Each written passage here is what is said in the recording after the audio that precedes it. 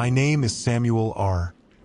Delacroix, and I am a senior overnight technician at station WQBR 92, a small regional radio tower tucked 6 miles outside town along Old Mill Highway. I've been here for 9 years, and in that time I've come to understand, slowly, reluctantly, that the building has a personality of its own. Not a spirit, not a haunting in the supernatural sense. Just something in its walls, in its routines, in the way the place responds to people who spend too long alone with it after midnight. And tonight, the day everything in this story happens, started like any other. Bland coffee, a stiff chair, the low hum of the transmitter warming up. Nothing special, nothing dramatic. No hint that within a few hours, I'd be questioning sounds I had heard in that booth 1,000 times. I clocked in at 3:58 p.m., 2 minutes early, just out of habit. The sun was still up, though October already made the light thin and tired. The day shift host, Walt, handed off the logbook like he always did, but he looked distracted. Not scared. More like he was trying to remember something important and failing. He scratched the corner of his chin, flipped a few pages back, then forward, then finally closed the binder without saying what was bothering him. Walt's the kind of guy who treats routine like religion, so the hesitation stuck with me. I asked if everything was all right. He said, "Yeah, just don't forget the safety check at 6. Then he gave a little shrug, but the shrug tried too hard. I almost called him back after he left, but the front door closed and his car rumbled toward the road. The silence after he pulled away lasted a second too long. A weird hollow pause before the building settled again. The air inside WQBR always holds this faint metallic scent, like old wiring mixed with dust baked by the transmitter racks. Most people don't notice it, but you do if you've worked nights long enough. The place runs on analog equipment patched into modern systems, and that blend gives the station a heartbeat, soft ticks, soft hums, faint vibrations through the booth seat. Familiar. Comfortable, even. Tonight, those little background sounds felt sharper somehow, like the station was paying attention. The afternoon hours passed normally. I prepped the playlist blocks, read through community announcements, scanned the emergency weather bulletin that never changes unless a storm's on its way. Nothing was off. Nothing was wrong. I ate a cold sandwich, replaced the bulb in the hallway lamp, checked transmission power. Just routine. But as the sky dimmed, the building started feeling less like a space I was working in and more like a space I was sharing with something. Not someone. The distinction matters. People you can read. People you can negotiate with. A building that watches you. A building that notices changes in your mood. That's harder. At 5:42 p.m., the automated playback glitched. Not a big glitch, just a split second of dead air. The kind of drop you barely catch unless you've trained yourself to hear it. I tapped the console, checked the buffer, rewound the segment. Everything looked clean. Then, from the hallway behind the glass, I heard footsteps. Slow. One after another. A steady pace moving toward the booth. I turned, expecting Walt or maybe the part-time intern who sometimes forgets her keys and loops back. But the hallway was empty. The sound kept coming for another 2 steps before stopping right at the booth door. I told myself it was the cooling system adjusting. Old buildings settle. Temperature changes cause metal frames to shift. That sort of thing. I repeated that out loud, partly to convince myself, partly because silence in the station always makes the place feel heavier. I stood, opened the booth door, looked both ways. Nothing. Just dim hall lights flickering slightly like they needed a few seconds to commit to staying on. When I sat back down, the console lights pulsed. Not dimming, not flickering, but shifting in brightness almost like a breath. Once, twice, then steady again. I could explain it as a momentary power regulation issue. I really could. But paired with the footsteps, paired with the glitch, paired with Walt's strange mood, it felt less random. At 6 p.m., I started the safety check like Walt reminded me. The checklist is ancient, photocopied so many times the ink smudges at the edges.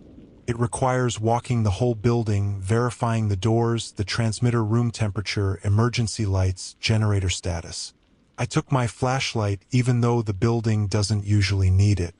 The beam cut through the hallway and revealed dust suspended in still air. Too still. The kind of stillness you don't feel at 6 in the evening. Usually the heating system kicks in, you get some airflow, something. I moved through the hallway slowly, my footsteps echoing more than they should have. The walls felt closer than usual, like the space had narrowed by a few inches without physically changing. At the fire door, I paused. The handle was warm. Not warm like a hazard, warm like someone else had just touched it.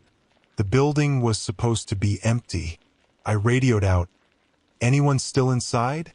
My voice bounced through the corridor, sounding smaller than it should have. No reply. I opened the fire door. The stairwell beyond was colder than the hallway but carried this faint vibration under the concrete steps.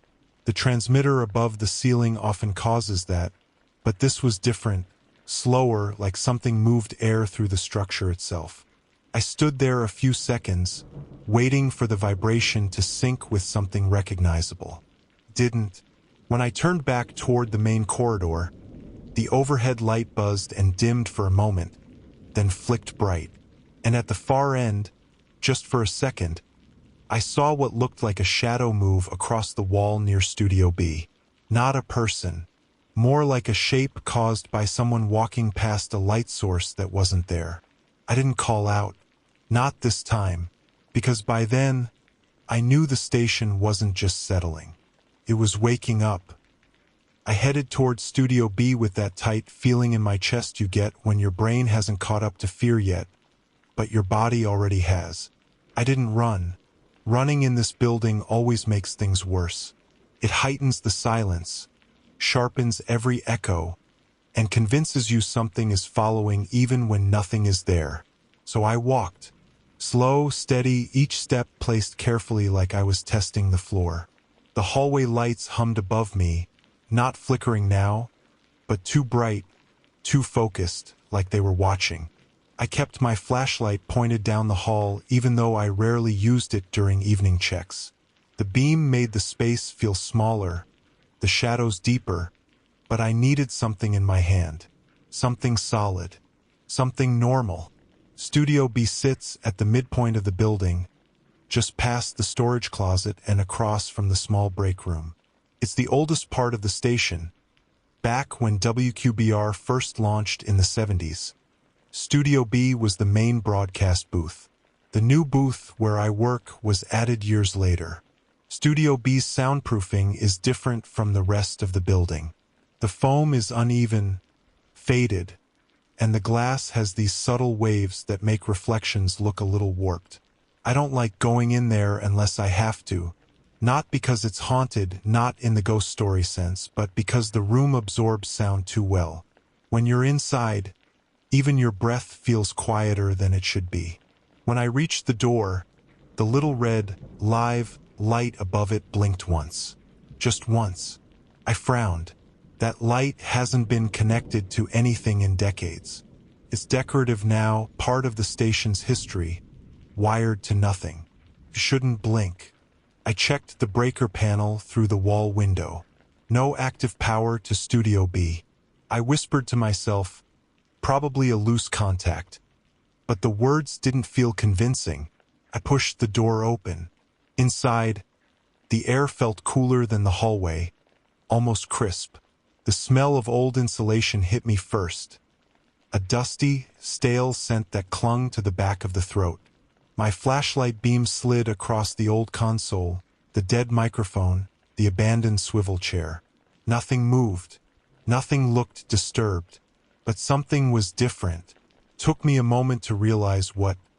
The chair. I always keep it tucked under the console, flush with the desk. Because if you leave it angled or pushed back, it creaks through the walls when air pressure shifts. But something had turned the chair slightly, like someone had just stood up from it. Not a big change, but a deliberate one. I stepped inside fully and closed the door behind me. Immediately, the air felt denser, like the room had sealed itself. My breath sounded too soft, my footsteps too distant. I ran my fingers over the console. Cold, dusty, normal. Nothing was powered on, not even standby lights. The wires beneath the desk were still tied neatly, untouched. So why had the live light blinked? I rubbed my forehead and exhaled, annoyed at myself. The mind fills gaps when the stakes feel weird. I'd been working at the station too long. I knew the quirks, but that didn't stop things from feeling wrong. As I turned to leave, my flashlight beam caught something on the wall near the soundproofing. Small imprints. Not fingerprints. More like faint smudges where dust had been disturbed. For parallel streaks, each about the width of a finger, running downward as though someone had dragged their hand lightly along the wall. I touched the marks. The dust moved under my fingertip. Fresh. I stepped back so quickly I bumped into the chair, and the metal base squeaked. A short, sharp whine that shot through the room. Before the sound faded, the console crackled. A tiny sound. A soft blip of static from equipment that wasn't even connected. My skin crawled. I leaned down slowly, putting my ear near the console out of some mix of instinct and professionalism. And I heard it again. A whisper of static. Faint but deliberate. The kind of sound you get when a microphone picks up breath. No voices. No words. Just presence. I backed out of the room carefully, keeping my eyes on the console until the door was almost closed. Just before the latch clicked, the static crackled once more. Sharper this time, almost like a response. I shut the door completely. The hallway felt different now. Warmer somehow. Closer. I checked my watch. 6:21 p.m. The safety check should have been done already, but the station had other plans tonight. Something about the building's mood, yes, I think of it as having moods, told me I wasn't dealing with electrical quirks or settling walls. But I also wasn't dealing with ghosts. Everything that happens here, every strange thing, always has a physical explanation hiding somewhere under the oddness. I forced myself to keep moving. Next stop, the transmitter room. It's down the far hall, past the locked storage cages where old equipment waits for disposal. The corridor was brighter than usual, the fluorescence buzzing at a pitch I could feel in my molars. I walked slower than before because now the station felt awake in the way a dog wakes up. Still lying down, still calm, but watching you with both eyes open. When I reached the storage cages, I froze. Something metallic pinged inside one of them. A small, quick sound like a coin hitting the ground. I stepped closer, cross-checking the emergency log in my hand, even though I knew no one else should be here. The cages were dark. The bulb above them burned out months ago, and no one had replaced it. I raised my flashlight. Inside the cage on the left, the one containing old microphone stands, the stands were all leaning in the same direction, as if someone had pushed them gently from inside. And at the front of the cage, on the concrete floor, lay a single quarter. Shiny, as though freshly dropped. I didn't touch it. I didn't move, because I suddenly felt, with absolute clarity, that if I bent down to pick it up, I'd hear something breathe right beside my ear. I stayed completely still, staring at that quarter like it might roll on its own. The cage door was locked. My keys were still clipped to my belt, untouched, and the microphone stands couldn't have shifted without someone pulling or pushing them. The rational part of my mind began flipping through possibilities. Vibration from the transmitter running at higher output. Unlikely. That only causes a low tremor, not a directional lean. An animal slipping in somehow. No scratches on the metal, no droppings, no movement. Air pressure shift?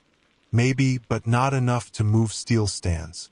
And the quarter, Someone had to physically drop that. Eventually, because standing there too long felt like giving the station an opening I didn't want it to have, I backed away slowly.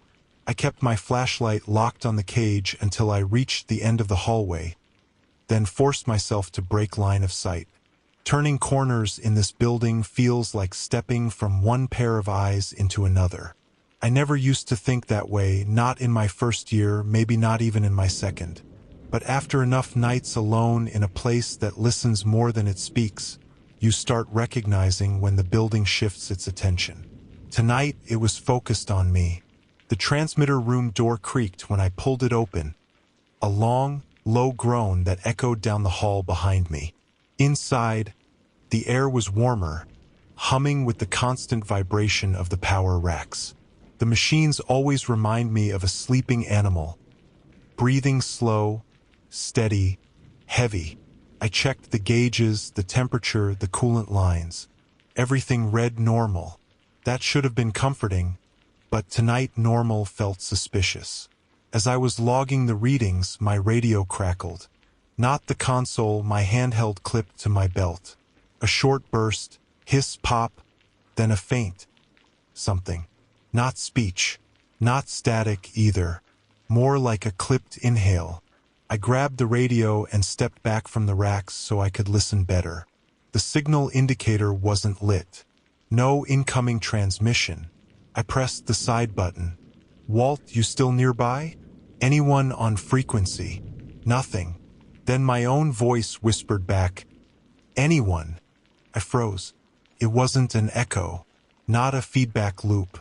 It was my voice, but slurred slightly, like someone replayed a recording of me through wet cloth.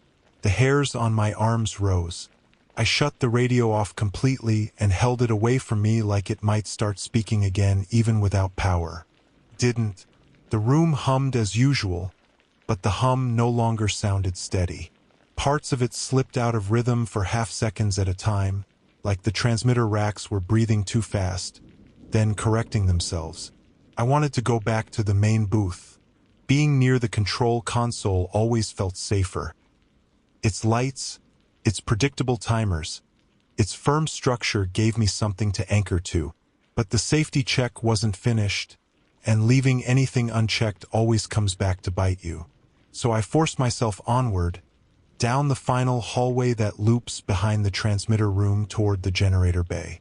That hallway is narrow, lined with electrical conduits that run overhead in exposed tracks. Tonight, the conduits gave off a smell like heated metal. Not burning, just warm, like someone had increased the current.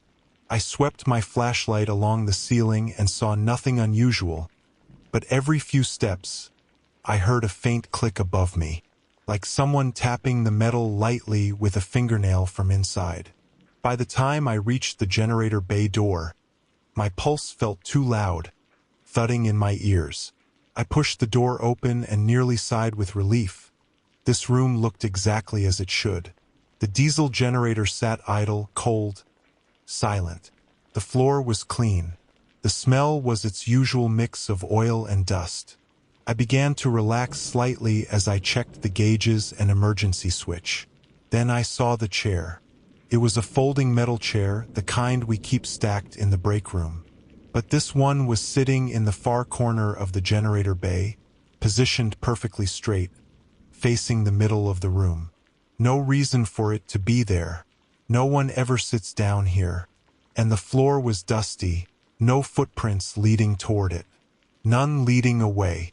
I took one step toward it, shining my light on the seat. It was spotless. Too spotless, like it had been wiped down recently. Then, as the flashlight beam lingered, something happened that I couldn't rationalize. A soft indent appeared in the seat. Slow, gradual, like pressure being added, like someone invisible sitting down. I stumbled back so hard I hit the wall behind me. The indent deepened for 2 seconds, then lifted again, returning the seat to normal. The room fell dead quiet. Even the hum of distant racks seemed muted. I held my breath until my lungs started to ache. I forced myself not to run. Running in the building triggers the wrong kind of response, like it encourages the station to interact more. I walked backward, never taking my eyes off that chair until I was out the door. When I turned into the hallway, the conduits above clicked 3 times in quick succession, like they were laughing. When I finally reached the main broadcast booth, it was nearly 6:50 p.m. The station felt warmer now, like the building's temperature was climbing in response to my nerves. Inside the booth, the console lights glowed in steady rows. The screens were running automation cleanly. Nothing looked disturbed. I dropped into the chair, ran both hands over my face, and exhaled hard. I felt sweat cooling at my temples. My hands were shaking slightly. I told myself I needed to focus on work. Routine is grounding.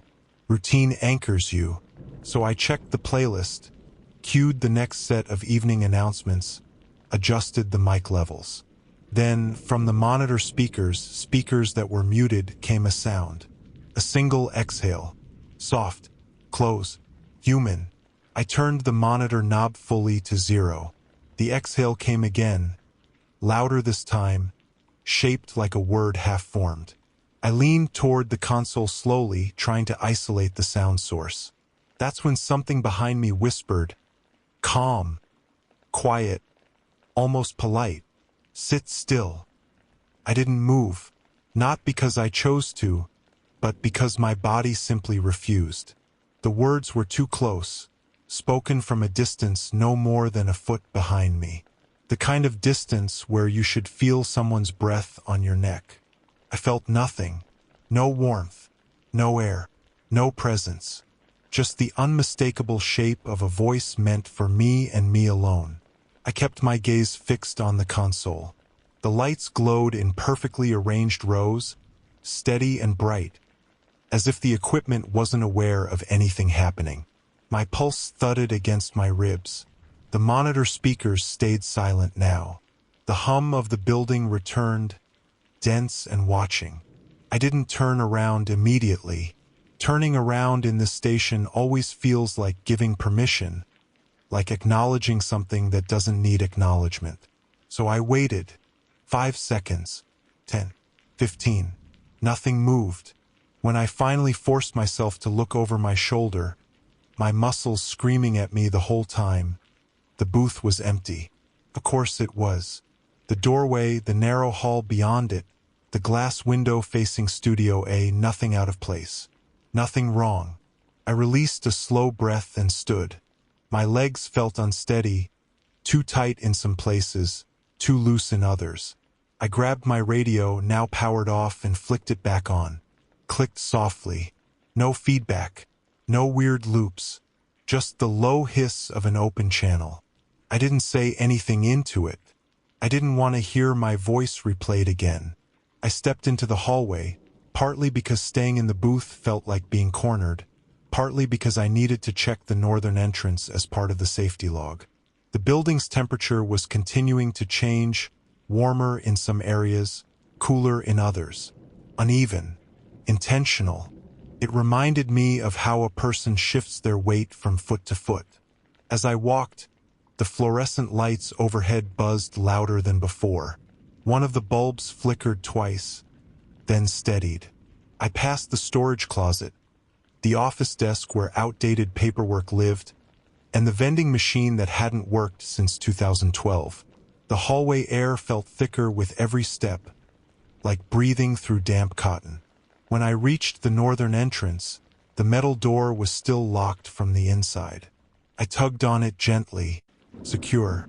I scribbled the check mark onto the log sheet. But as soon as I lowered my pen, something tapped the window in the door. Lightly, once, then again, like someone outside was flicking it with their fingernail. I stepped back so fast my shoulder hit the wall. My flashlight beam snapped to the glass.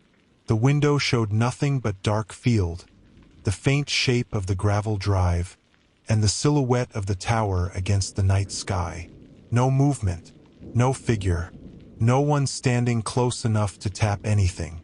I approached slowly, each step measured. I raised my flashlight and scanned the outside. The gravel looked undisturbed. No footprints. No tire marks except waltz tracks heading out. No animals either. The field gets deer sometimes, but they leave prints. Then, as my light crossed the bottom edge of the window, I saw it. A streak. A fresh smear across the glass, as if something oily had dragged a finger across it. A thin, uneven arc.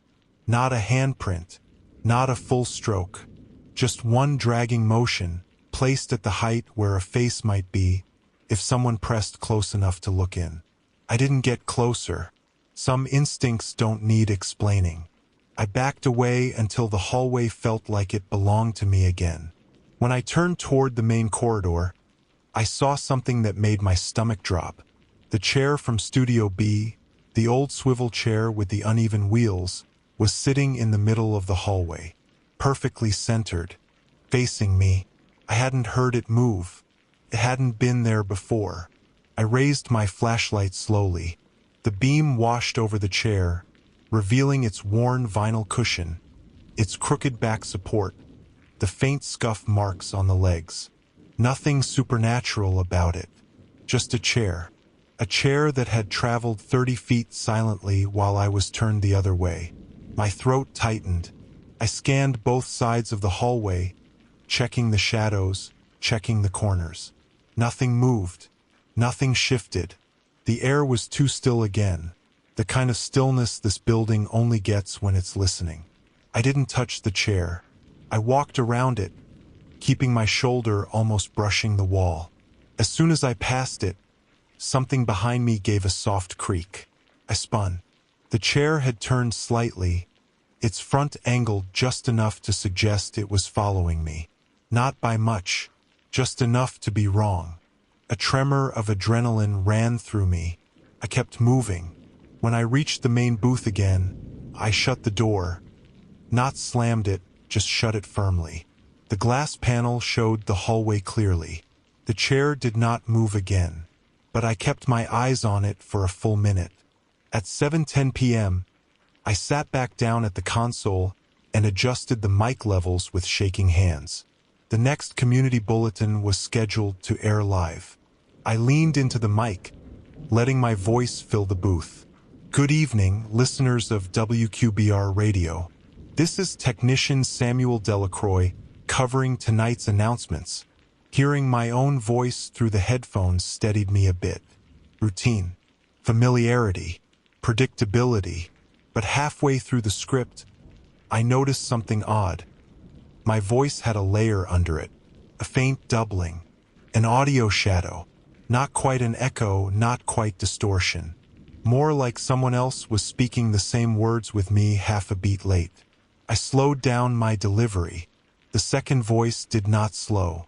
It caught up, matched pitch, matched tone, but not breath. By the time I reached the end of the bulletin, my pulse was pounding again. I closed the mic, switched to pre-recorded music, and ripped the headphones off. The doubling voice continued for 2 seconds in the empty booth, continuing words I hadn't said. For 2 long seconds, the booth kept speaking without me. The voice wasn't a perfect imitation. It sounded close, close enough to pass as mine in a bad transmission, but wrong up close. The breaths between phrases were missing, as if whatever was mimicking me didn't understand the rhythm of a real human voice. The tone was slightly too smooth, too steady, too controlled. When it stopped, the silence that followed felt louder than the broadcast itself. I didn't open the mic again. I needed a moment to breathe, to think, to remind myself that realistic explanations always exist, even in this station. Maybe the audio processor glitched. Maybe an old pre-recording misrouted itself.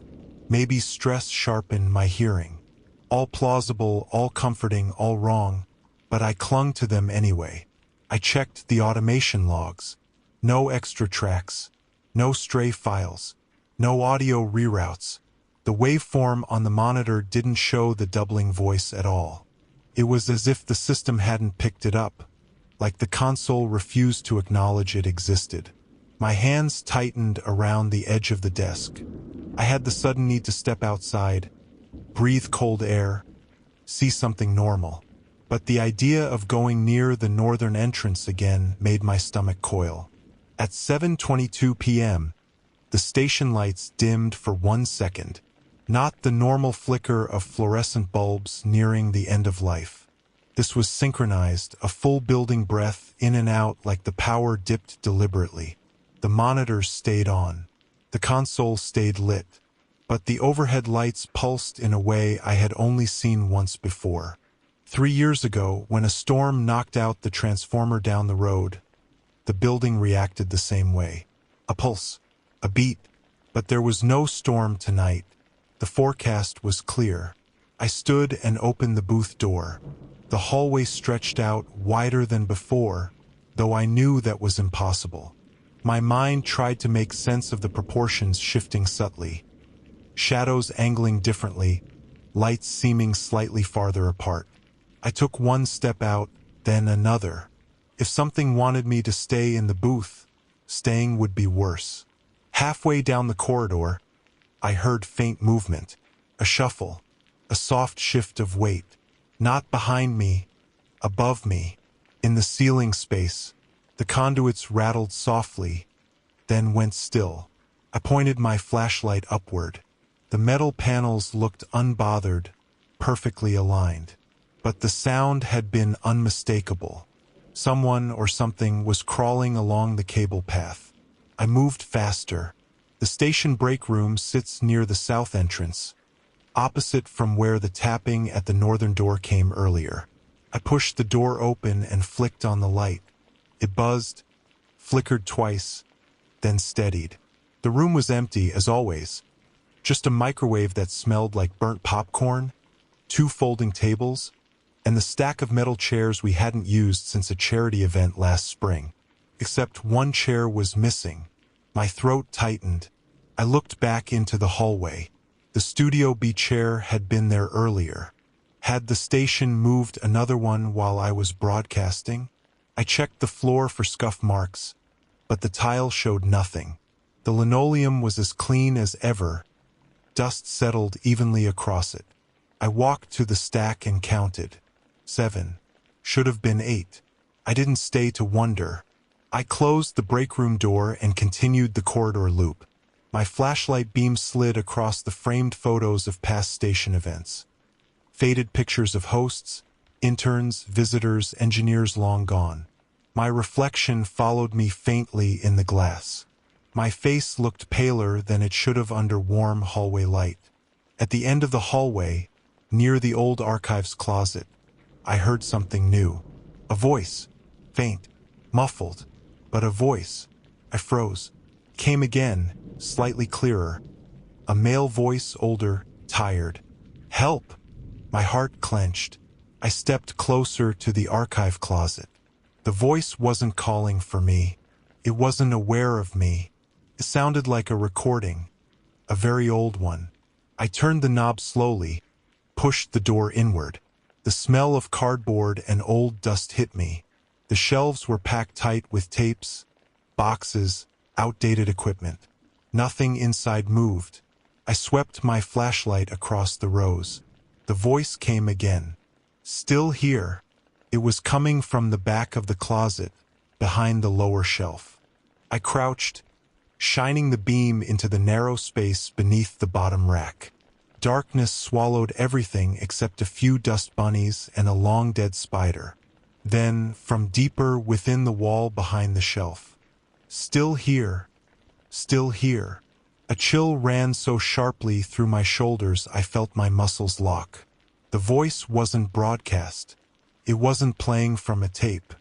It was coming from inside the wall cavity. I stood abruptly, too fast, scraping my knuckles against a box. I backed out of the closet, shut the door firmly but not loudly. I didn't want to add sound to the air unnecessarily. My breathing felt unsteady. I tried to steady it in through the nose, out through the mouth. But the voice lingered in my ears. Not the words, but the desperation in them. Whoever had spoken wasn't speaking to anyone. It was the kind of message someone records when they don't expect a reply.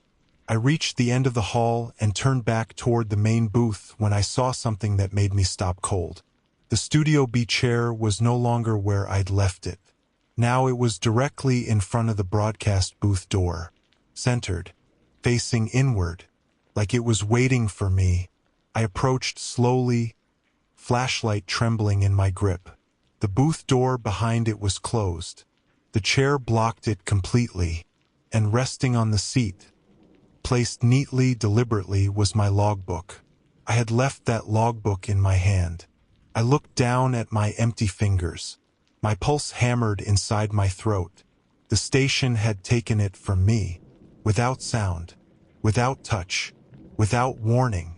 I leaned forward, inches from the chair, trying to see if anything else had changed. A soft whisper drifted out from the booth, through the closed door. Too soft to make out, too steady to be electrical noise. I lifted the logbook slowly. The whisper on the other side of the door spoke again, this time just loud enough to understand. "Don't leave." The voice wasn't pleading. It wasn't angry. It wasn't even emotional. It sounded like someone stating a simple fact, a rule, a condition I hadn't agreed to but was now expected to obey. I tightened my grip on the logbook, feeling its familiar weight grounding me, and stepped back from the booth door. My instincts screamed not to open it, not while something or someone was on the other side whispering like the door didn't matter. I took a slow breath through my nose, willing my thoughts into order. Everything tonight had been physical, tangible, explainable if I stretched reason far enough. Nothing supernatural. No cold spots, no apparitions, no impossible physics. Except maybe the chair movement, but even that could be chalked up to adrenaline, attention lapses, faulty memory. I held onto that idea like a rope dangling over a ledge. I began walking again, carefully sidestepping the chair so I didn't touch it. The moment my foot crossed the space in front of the booth door, I felt the air pressure shift. A low hum rolled through the hallway, steady, vibrating through the floor, as if the transmission power had surged. Except the transmitter was 2 hallways away, behind multiple insulated walls. I shouldn't feel it here. I shouldn't hear it this clearly. I forced myself forward. If the building wanted me to stay put, staying would be exactly what I shouldn't do. The corridors felt narrower now. Not visibly, not measurably, just perceptually tighter, like the walls leaned inward when I wasn't looking. The buzzing overhead settled into a deeper tone, more electrical than mechanical. The lights above flickered once, but only once, enough to make my shoulders tense. I reached the copy room at the far corner of the building, a tiny square space stuffed with old printer cartridges, faded posters, and a photocopier that barely functioned. The hum behind me died abruptly. Silence pressed in. I scanned the room, trying to reassure myself with the banality of it. Nothing moved. Nothing waited. I placed the logbook on the copier to free a hand and reached into my pocket for my phone. I wasn't planning to call anyone. I just needed to see a real-world signal. A timestamp. Something external. My phone screen lit up. 7:34 p.m. Normal. But the signal bar flickered from 4 to 0, then back to 4. Then again.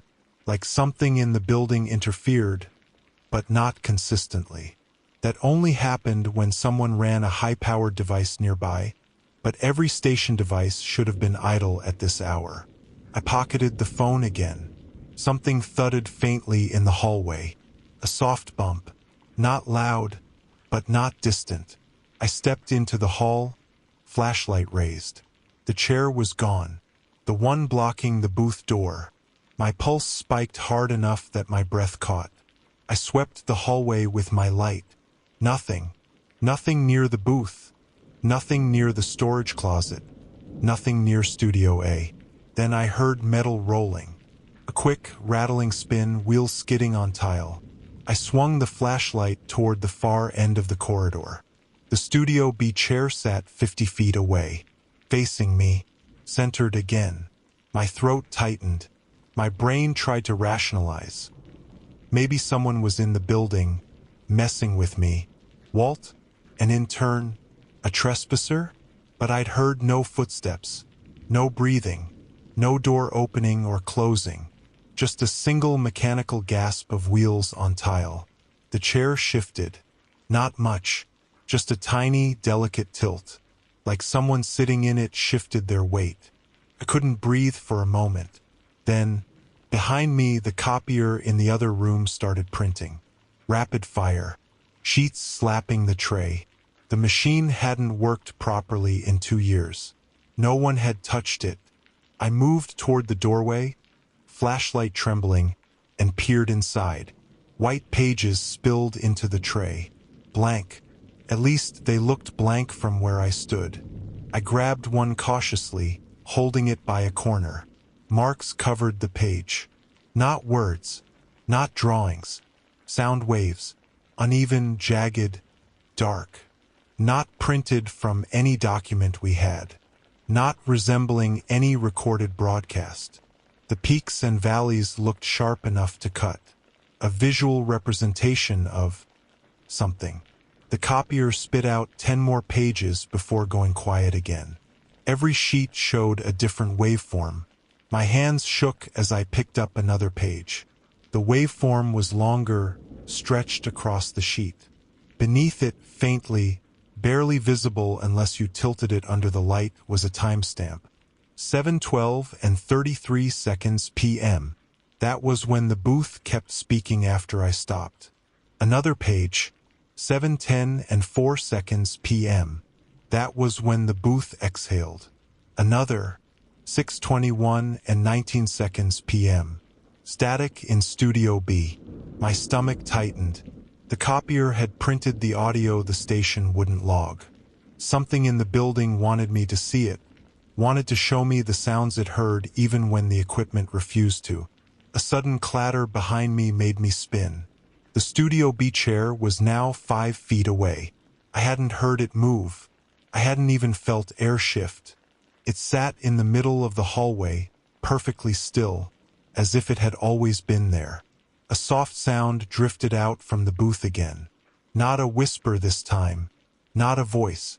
Something closer to a breath drawn through teeth. The faintest inhale threaded with a rasp. I stepped backward instinctively. The chair rolled an inch toward me. Just 1 inch. Enough to feel like a response. The breath-like sound from the booth came again. Longer, clearer. Then a voice followed, calm as ever. "You're not done yet." My back hit the wall. My flashlight jittered in my hand. I swallowed hard, unable to look away from that slow, creeping chair.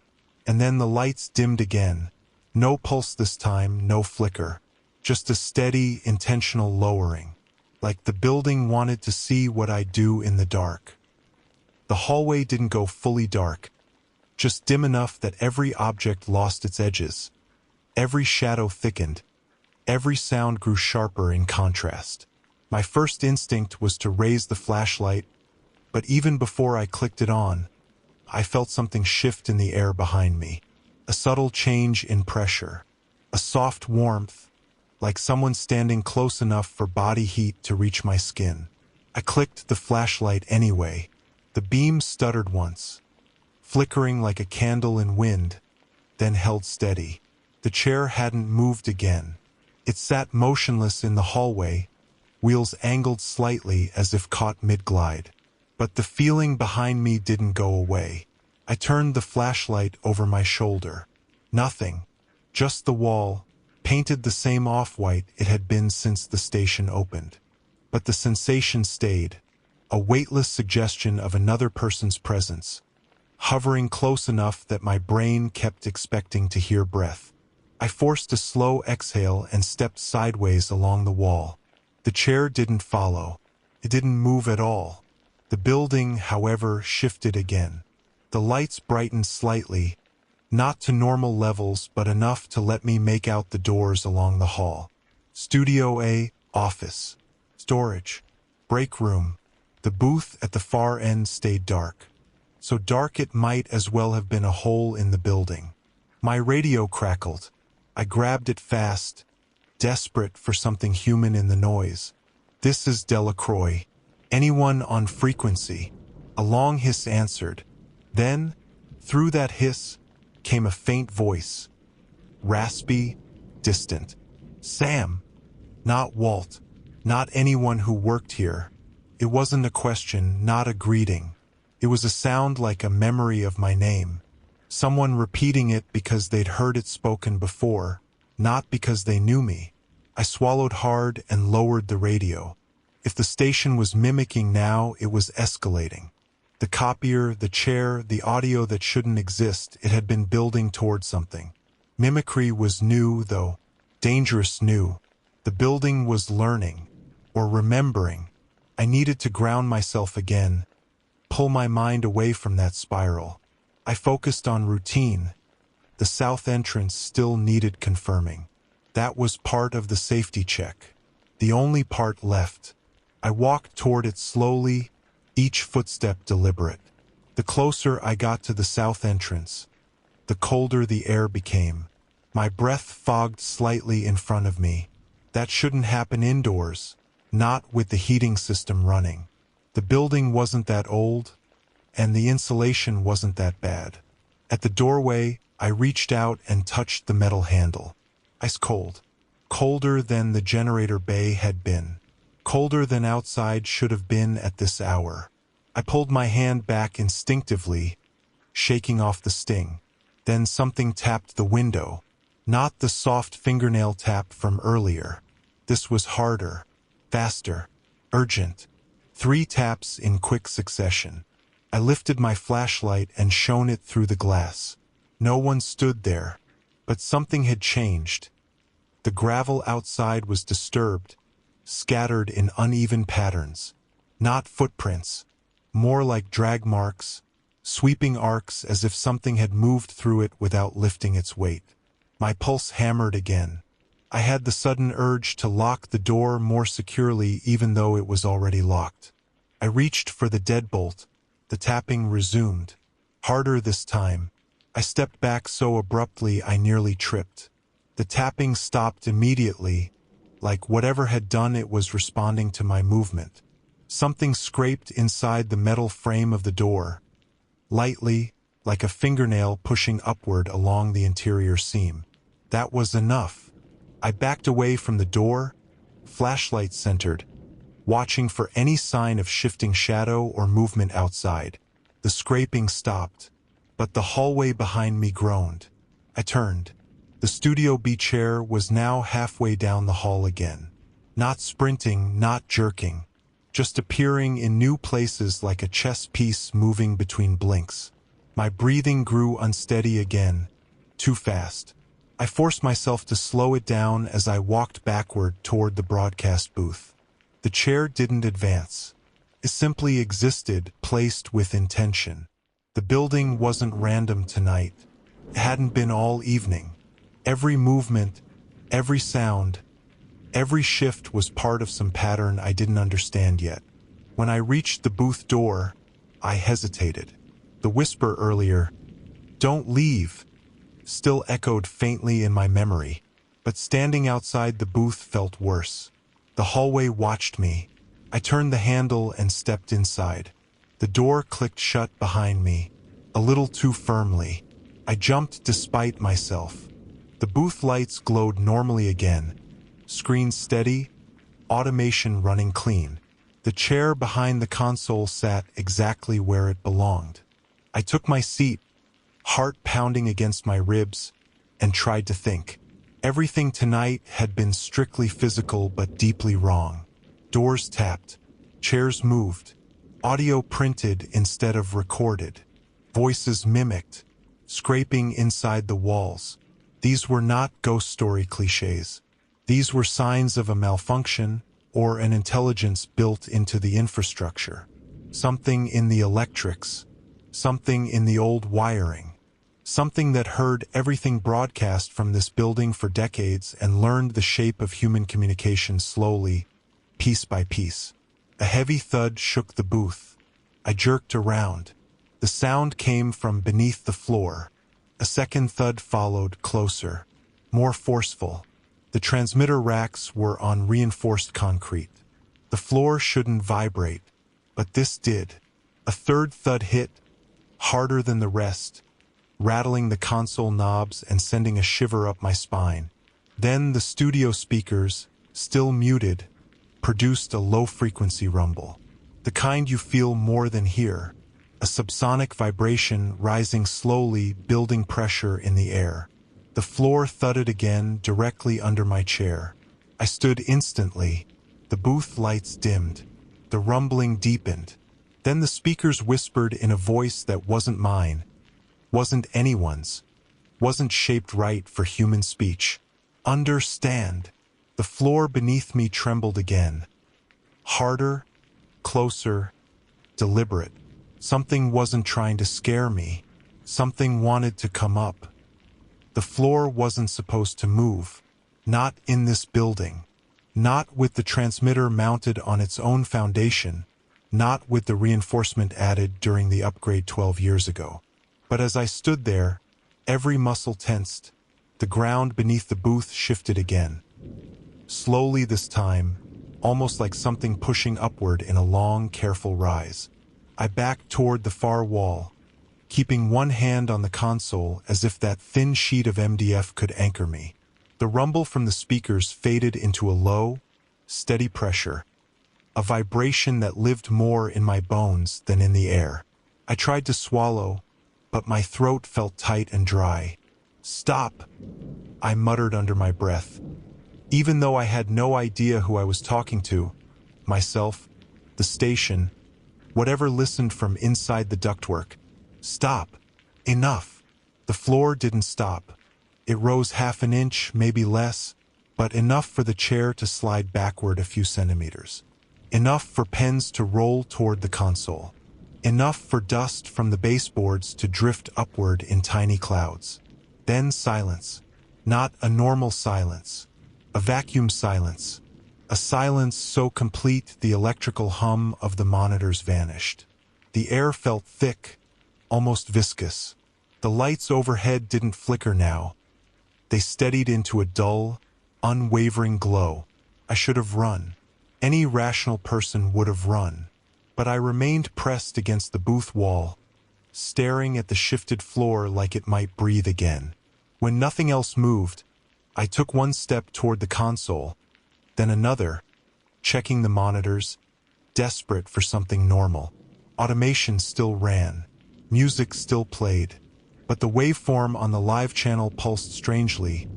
Small, rhythmic peaks that didn't match the audio. I leaned in. The peaks held a pattern. Uniform. Intentional. Too steady to be noise. Code, maybe. Or breathing. A soft knock tapped against the booth window behind me. I froze. The glass looked out into the hallway. I turned slowly, expecting the studio be chair or shadows or even another reflection that wasn't mine. Instead, I saw nothing. Just the hallway lit in its uneven yellow glow. But the knock came again, 3 taps evenly spaced. I stepped closer, narrowing my eyes, searching for movement. Then something shifted across the glass. Not an object, not a person, a distortion, like heat waves bending the air, except it passed across the surface of the window in a straight line, rippling the reflection before smoothing out again. My pulse thudded so hard I felt it in my palms. I placed my hand lightly on the glass. Cold. Too cold for a hallway that had been warm minutes earlier. "Sam!" A voice whispered behind me. I spun. Nobody there. The booth was empty. The console lights glowed steadily. Nothing moved. But the voice hadn't come from the speakers or the radio. It came from the same spot where the invisible warmth earlier had shaken me. The very air behind my shoulder. I turned again, pressing my back against the booth wall. "Okay," I whispered, breath shaking. "You've made your point." Another knock tapped the glass, but softer now, almost gentle. I forced myself toward the console. I had to keep broadcasting. I had to do my job. That was the rule that mattered. The routine that grounded me. The station didn't like breaks in routine. That much I'd learned over the years. Nights only got strange when you drifted from the pattern. I took a deep breath, opened the mic, and tried to keep my voice steady. Listeners, thank you for staying with us tonight on WQBR Radio. We're a voice cut across the speakers, a second voice, layered under mine, speaking before I finished, repeating me in perfect rhythm, matching pitch, matching tone, but not breath. Staying with us tonight on WQBR Radio, I pulled back from the mic as if it had burned me. The second voice continued speaking after I stopped. We're not done yet. I slammed the mic switch off. The speakers went silent. The rogue voice didn't. It continued, calm, steady, clear. Not done. You're not done, stay. The booth lights dimmed again. Something creaked beneath the floorboards. Slow, deliberate. Another knock tapped the glass harder than before. I turned toward the window. The Studio B chair sat directly in front of the booth door. It hadn't been there a minute ago, and resting on its seat was something I recognized instantly. My key ring, still clipped to its carabiner, still attached to the lanyard I always wore, except I wasn't wearing it anymore. My hand flew to my belt. Empty. The station hadn't just moved the chair. It had taken my keys without touching me, without brushing my clothes, without making a sound. My breath stuttered in my chest. Give them back, I whispered, though I didn't step closer. Give them back. The floor trembled once, a shallow warning. Then the knock came again, 3 taps, perfectly spaced. Not from the hallway window this time, from inside the booth. Behind me, I spun so fast I nearly dropped the flashlight. A faint imprint marred the soundproofing foam on the back wall. For thin drag marks, fresh. Something had touched the wall inches from where I'd been standing moments earlier. I backed toward the console, keeping every wall in sight. Then, quietly, softly, with perfect clarity, a voice whispered directly beside my ear, right where a person would stand if they leaned in close. Turn around. I couldn't, but the voice repeated itself closer this time. Turn around. I didn't turn around. Every instinct I had, every lesson I'd learned in this building over 9 long years, told me that turning around was exactly what the station wanted. And whatever the station wanted tonight, I could not give it.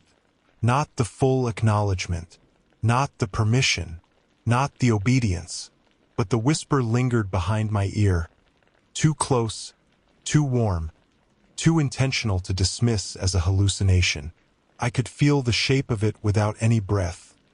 The faint pressure in the air that comes when something occupies space it shouldn't. Turn around. The voice wasn't threatening. That almost made it worse.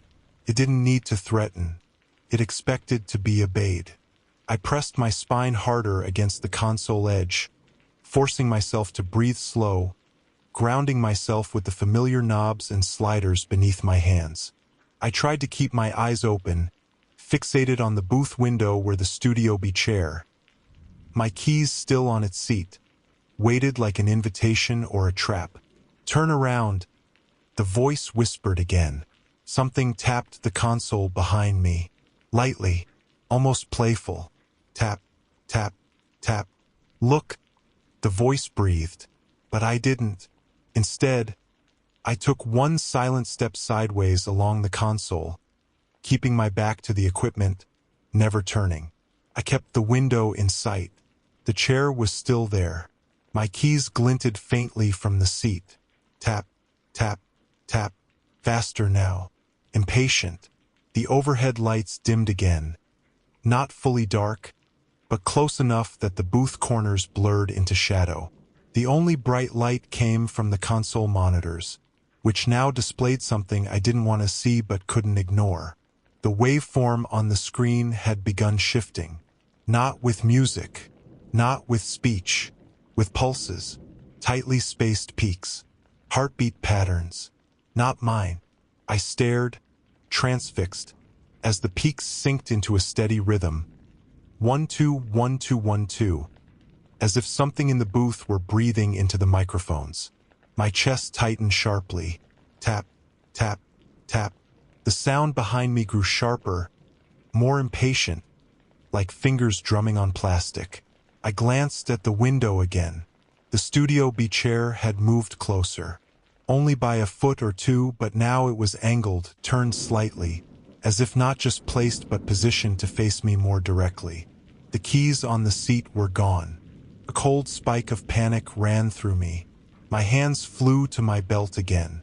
Empty. My pockets. Empty. The hooks under the console. Empty. The station had taken my keys a second time. Tap, tap, tap.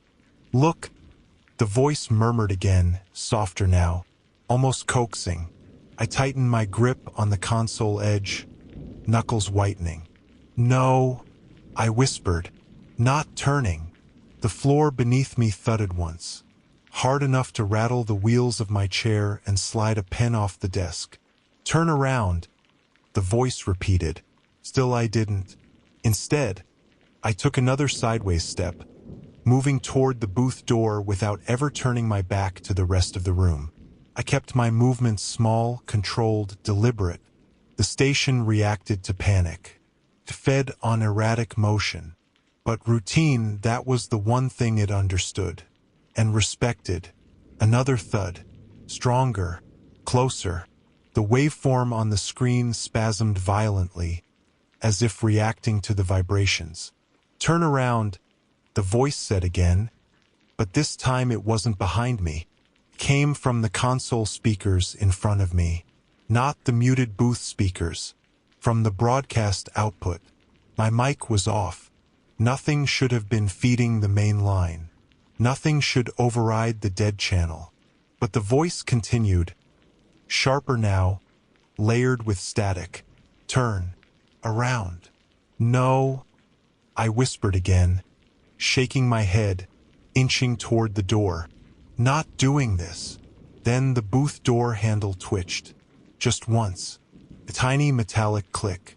Then it began to turn. Slowly, deliberately, the door creaked inward. Only an inch, maybe less, but just enough for darkness from the hallway to spill in around the frame. My breath caught. Something stood on the other side of the doorway. I didn't see it.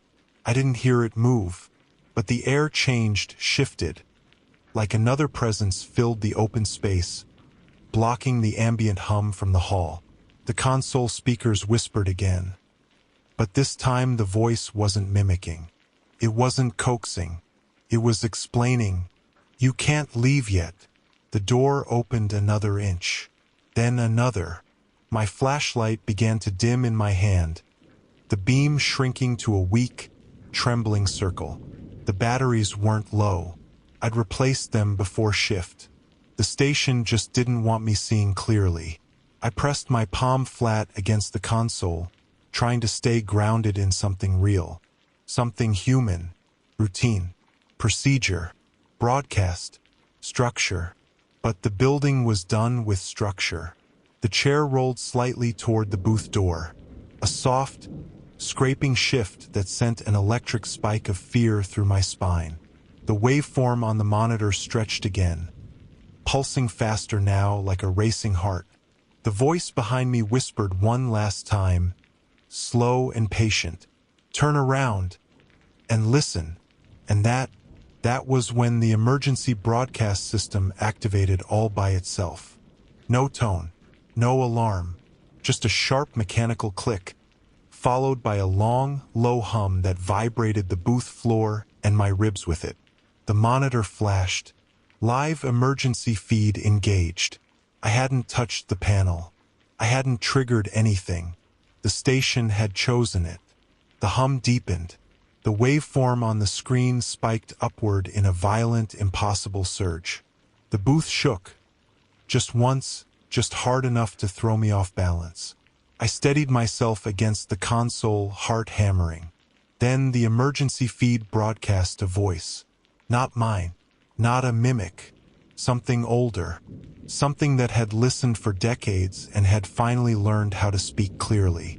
Samuel Delacroix. My entire body went cold. You have been here a long time, it said. You have heard us. You have stayed with us. Now stay longer. The lights flickered. The door opened wider. Tonight, the voice continued, we finish listening. I don't remember dropping the flashlight.